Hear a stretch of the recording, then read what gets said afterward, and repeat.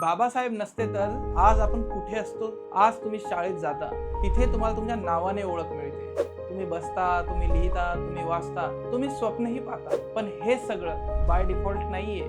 हे संविधानाने दिलेलं स्वातंत्र्य आहे आणि हे प्रत्येक भारतीयांसाठी आहे. ज्यांना पाणीही मिळत नव्हते त्यांनी सर्वांना समानतेचा अधिकार दिला.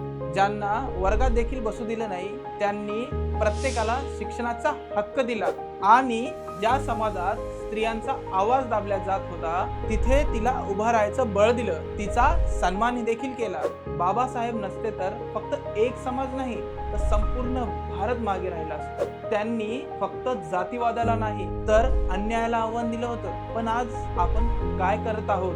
अन्याय दिसतो तेव्हा तुम्ही आवाज उठवता का की चालायचंच रे असं म्हणून सहन करता आहात का? बाबासाहेब एक नाव नाही, एक विचार आहे आणि तो विचार आपण सगळ्यांनी जिवंत ठेवलाच पाहिजे. बाबासाहेब नसते तर आपण कुठे असतो हा प्रश्नच नाही. बाबासाहेब आहेत आणि आपण कुठे उभे राहतो हा खरा प्रश्न आहे आणि याचा तुम्ही विचार करा.